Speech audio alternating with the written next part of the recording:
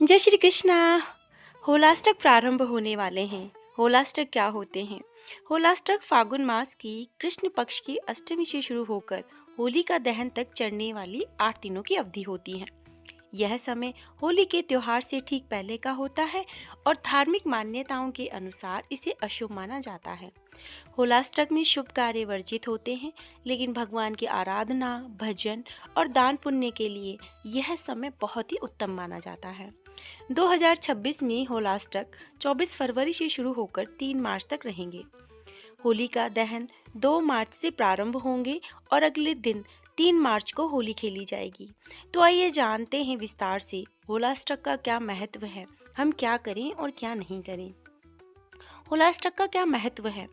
होलाष्टक को होली और अष्टक से मिलकर बना शब्द माना जाता है, जिसका अर्थ होता है होली के पहले के 8 दिन। धार्मिक मान्यताओं के अनुसार इन 8 दिनों में राजा हिरण्यकश्यप ने अपने पुत्र प्रहलाद को भगवान विष्णु की भक्ति से दूर करने के लिए कठोर यातनाएं दी थी।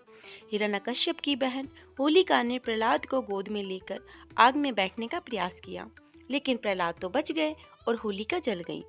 इस घटना के कारण इन 8 दिनों को अशुभ माना जाता है और शुभ कार्य वर्जित हो जाते हैं। हालांकि यह समय भगवान की भक्ति, जप, दान आदि के लिए श्रेष्ठ माना जाता है। आइए हम जानते हैं होलाष्टक कब से प्रारंभ हो रहे हैं। वैदिक पंचांग की माने तो फागुन शुक्ल अष्टमी 24 फरवरी 2026 दिन मंगलवार को सुबह 7:01 से प्रारंभ होंगी।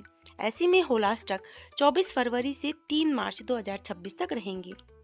पूर्णिमा 3 मार्च को रहेगी, इसीलिए होलाष्टक का समापन 3 मार्च को ही होगा। होलाष्टक के समय हमें कौन से काम नहीं करने चाहिए?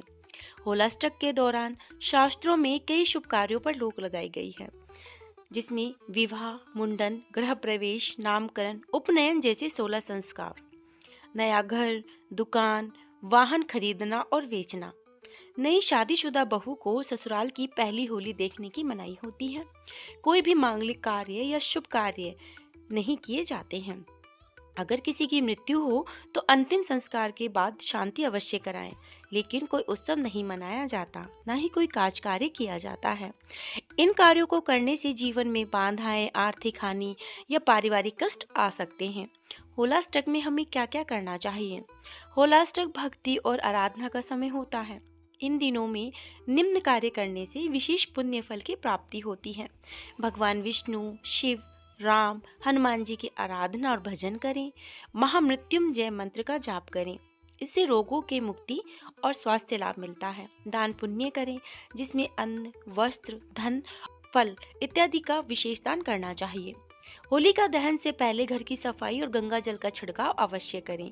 होलाष्टक के आखिरी दिन पर होलिका पूजा और अग्नि में पुरानी नकारात्मक चीजों को जलाएं। होलाष्टक भक्ति का समय होता है।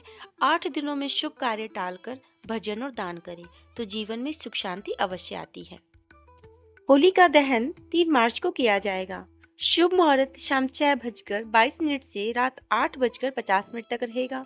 यह समय बुराई पर अच्छाई की विजय का प्रतीक होता है और श्रद्धा पूर्वक पूजा करने से जीवन में सकारात्मक ऊर्जा का संचार होता है। अगर आपको जानकारी अच्छी लगी हो तो चैनल को सब्सक्राइब जरूर करें और अपने मित्रगणों को भी बताएं इस चैनल के बारे में। जय श्री कृष्णा, राधे राधे।